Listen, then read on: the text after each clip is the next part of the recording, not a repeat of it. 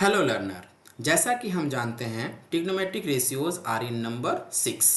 ये हमारे पास 6 होते हैं जो कि sine, cosine, tangent, cosecant, second and cotangent के नाम से जाने जाते हैं, जिसे हम इन शॉर्ट साइन, कोसाइन को कॉस, टेंजेंट को टैन, कोसेकेंट को कॉसेक, सेकेंड को सेक एंड कोटेंजेंट को कॉट लिखते हैं।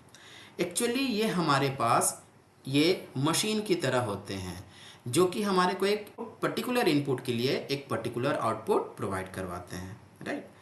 एंड हमारा जो इनपुट होना चाहिए वो डिग्री में होना चाहिए, जिसको कि क्लास 11th के अंदर रेडियन में कन्वर्ट किया जाता है।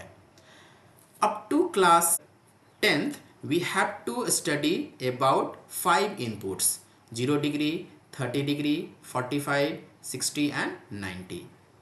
अब मान लो कि ये इनपुट हमारे पास है A। It can be theta, it can be beta, it can be alpha, it can be any other, but it should be in degree।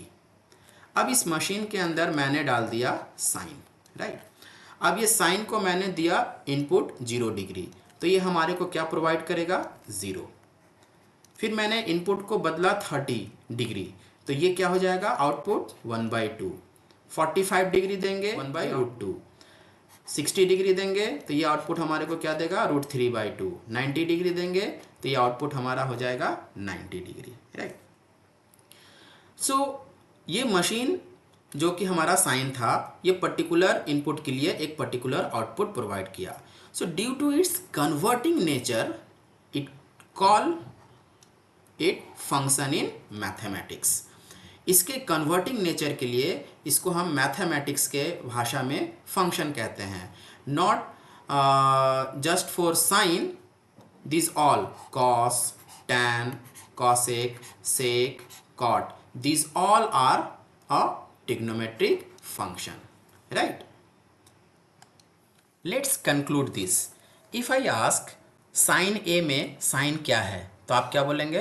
Trigonometric function. In the same way मैं पूछूं कि cos A में cos क्या है, तो ये है trigonometric function.